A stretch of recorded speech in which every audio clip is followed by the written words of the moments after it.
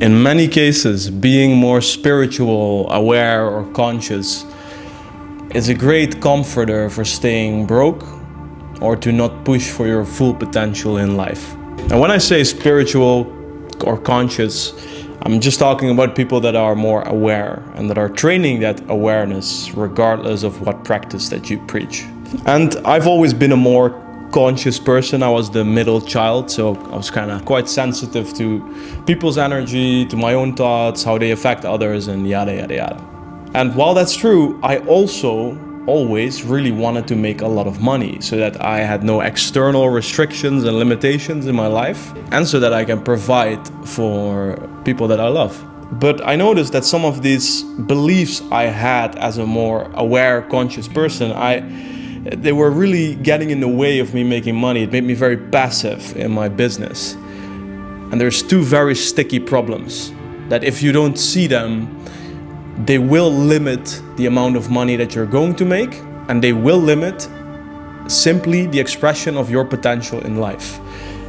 And that matters to me. I'm not making this video to say everybody should make a lot of money. Like, if you are genuinely, and this is where you have to be honest with yourself, if you are genuinely okay not having a lot of money, then okay, sure, cool. But I know a lot of people, and I've worked with some clients that are more aware, conscious, and it really got in the way of their authentic desire to make a lot of money.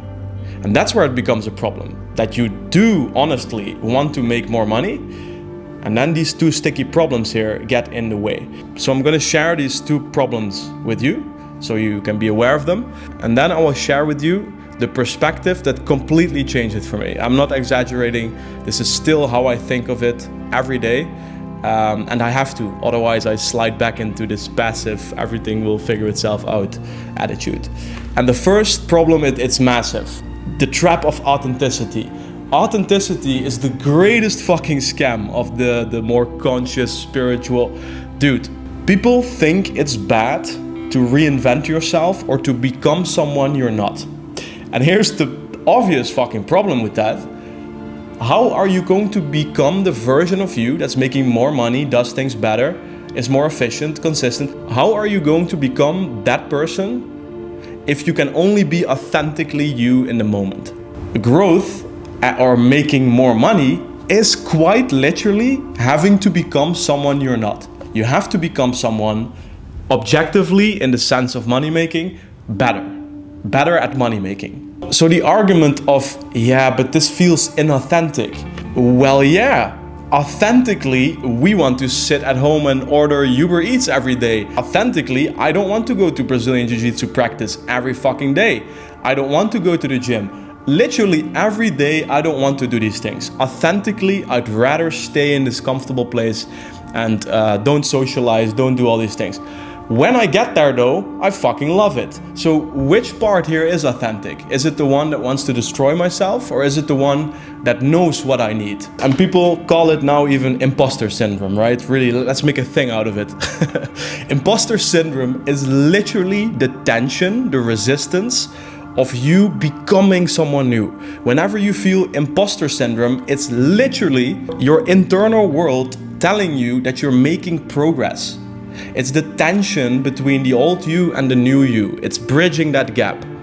It's a beautiful sign that you're freaking doing the thing. Successful content creator or coach or consultant has ever felt completely authentic getting their first client. We all felt like we were an imposter. It's not some syndrome you either have or not. It's the sign of growth.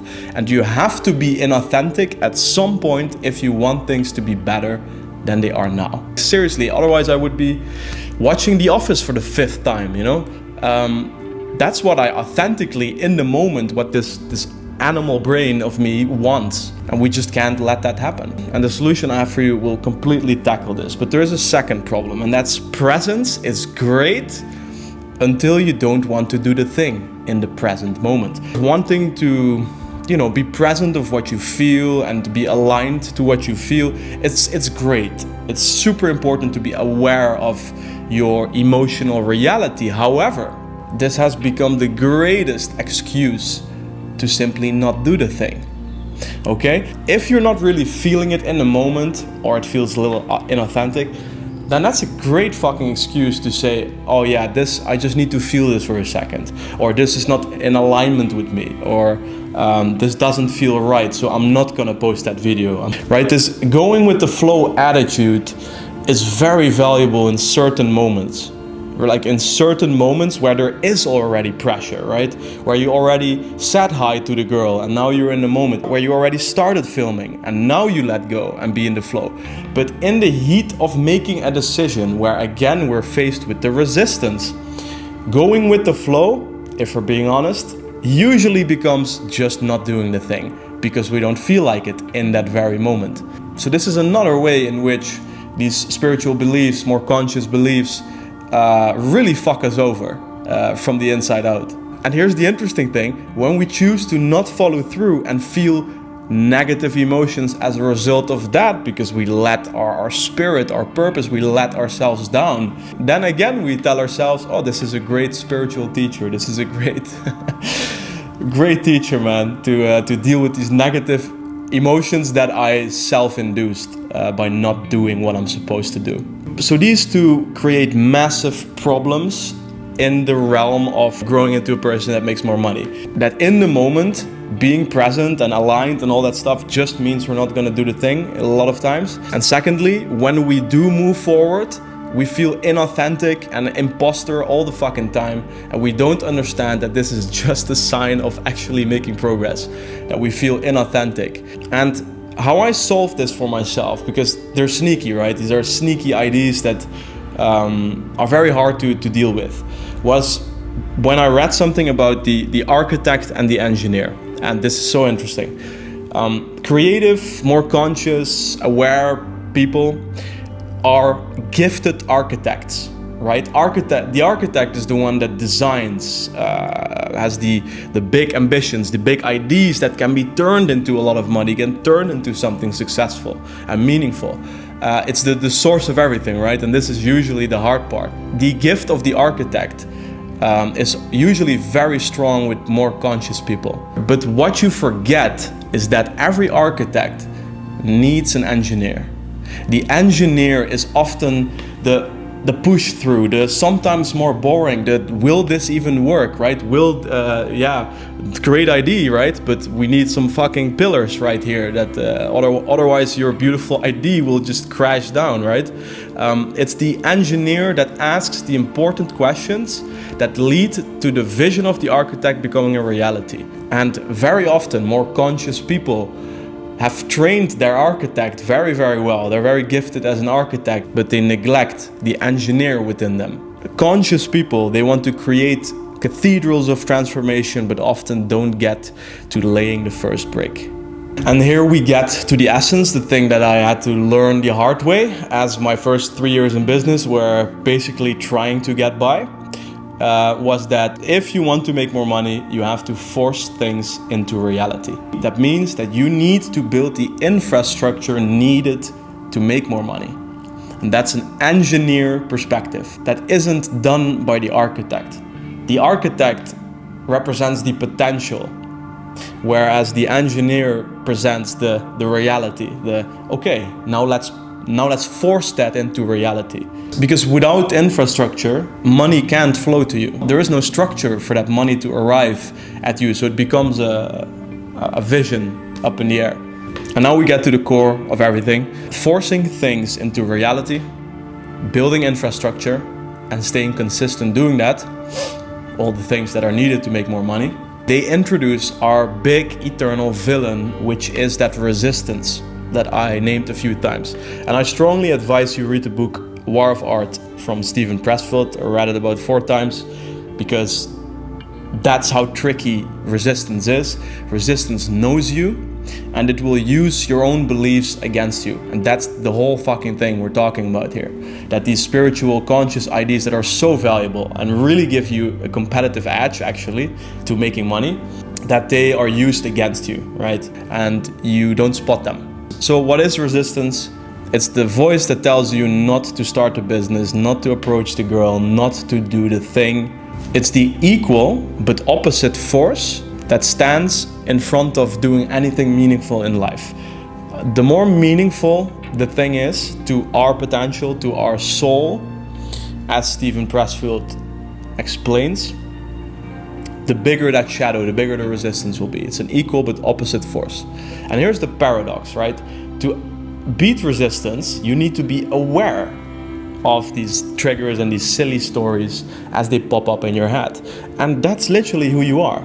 So people that are more aware and conscious, they have the tools to deal with resistance, but only if they want it bad enough.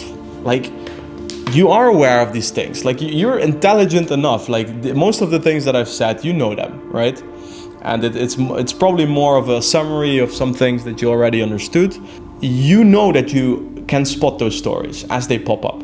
So first of all, you have to choose, do you really want that? Do you really want the responsibility that comes with making more money? Because you're gonna need to build infrastructure and stay consistent in the process of building that. And in order to do so, you need to train your engineer, which quite literally looks something like this. I want to make a video about BJJ, which is something that's interesting to me. The architect can go wild here and spend 2 hours already thinking of a script. But what you should be doing is immediately after the idea comes in, ask the engineer within you, okay, how does this relate to my offer? Okay, it completely doesn't. So making a video about BJJ for me will just confuse my audience. It won't generate any new leads. It will be a waste of my time as an entrepreneur. Okay, engineer, you're right. Let's not do this. Architect, I want to get to a reality where I'm making 4 high-ticket sales a month. That would mean I'm doing roughly 20K per month. That's what I want. Okay, engineer, what is the infrastructure necessary for me to receive that money? Okay, I'm gonna need to post 3 times a week. Okay, then I need a selling system. Is my offer good enough? Right now you're asking questions that are actually moving you forward. Instead of just saying, okay, I want this 20K per month, and I'm following the first impulse you get of making some random video, you need to ask the engineer. You need to make the thing actually come into life and then push through, force it into reality, and don't be afraid when you feel like an imposter. Quite frankly, you're gonna have to. If you don't feel like an imposter, then you're not growing. It's that simple.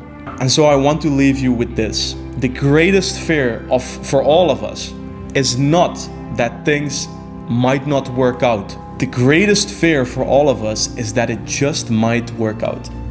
That you just might get what you're asking for. And that this would change everything. You would lose some of your friends, you would gain different friends, you would gain a lot of responsibility, clients that you're working with, people that look up to you. It comes with a lot of responsibility, so it's fair to ask yourself, do I even want that? But if you do, understand that that's the greatest fear for all of us.